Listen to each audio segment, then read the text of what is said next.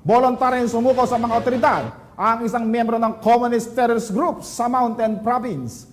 Alamin ang ibang impormasyon sa report ni Police Corporal Juan Paulo Lansangan.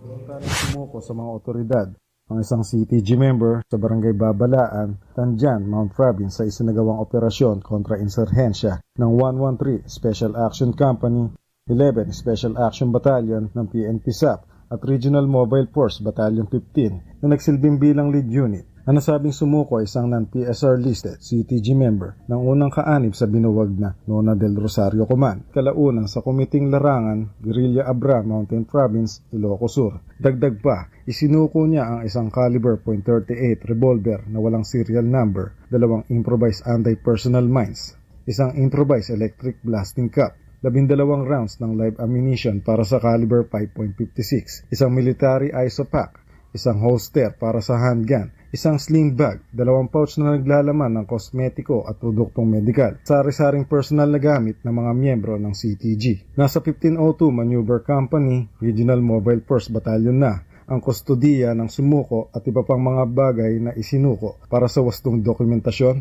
disposisyon at pagpapatala ng Enhanced Comprehensive Local Integration Program ng pamahalaan.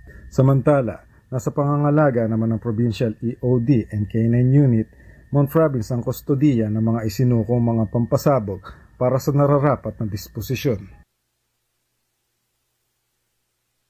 Mula dito sa Headquarters SAP, Port Santo Domingo, Santa Rosa City, Laguna, ang tahanan ng inyong tagaligtas.